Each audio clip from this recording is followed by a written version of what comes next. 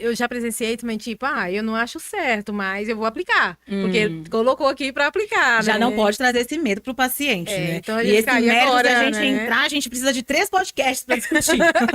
É muita Muita coisa, coisa, né? muito. Sim. Mas assim, eu sempre considero dessa forma. Nós seguimos as ordens médicas, né? Só que assim, o médico ele dá a ordem. Na hora de executar, é a sua responsabilidade saber se ainda é aquela ordem ou se ele precisa mudar a ordem, Porque né? às vezes muda, né? Isso, o quadro do paciente muda. E aí, Sim. se você não estiver atenta, se você não estiver com todo o seu coração ali fazendo aquilo que você se propôs a fazer, quando a gente fala aquela frasezinha clichê, né? A enfermagem que estiver assistindo sabe. Enfermagem por amor. Gente, precisa ser por amor. De verdade. Não é só no story do Instagram, que é tudo muito lindo. Sim. Tem que ser por amor, sim. Eu vou chegar nessa parte. De dentro, né? Tem que ser de Senão dentro, exatamente. brotou, né? Essa parte pra mim é polêmica e eu vou adorar chegar nela. Bom, Maravilha. e aí eu fui seguindo, né? Fui tentando entender o que era o trabalho da enfermagem. E foi quando eu descobri que o trabalho da enfermagem é a estrutura do hospital. Sem a enfermagem não tem cuidado, não tem hospital. Enfim, a gente não tem socorro na hora que a gente precisa. É verdade. E aí eu me encantei com isso. Eu fiquei encantada demais. Comecei a colocar em prática, né? Tudo que eu ia fazendo pela minha avó era com muito critério. Eu tinha muito cuidado para administrar cada cuidado. E eram cuidados simples. Hoje, como profissional, eu sei que naquela época o que eu estava fazendo eram os cuidados básicos e simples. Mas que importância Que aquilo deu teve? muita diferença, Uma né? importância gigantesca. Sim. E eu virei a companhia da minha avó, né? E ela a minha.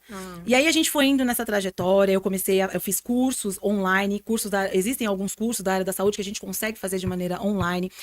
Para esses cuidados básicos que eu dei para minha avó, eu fiz alguns cursos de curativo para entender como que eu colocaria o curativo, que seria melhor. Ela tinha uma prescrição, mas eu queria entender como que eu faria aquilo, como que é melhor posicionar, né? Sim. Nessa região tão difícil, que era a região sacra.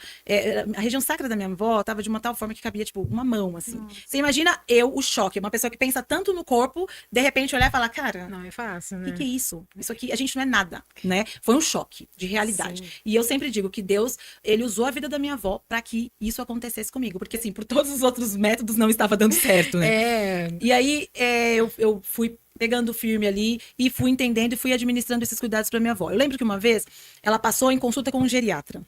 Um geriatra, Dr. Mário Mosca. Ele é um geriatra que na época estava atendendo no Santa Marcelina, não sei se ele ainda presta atendimento lá.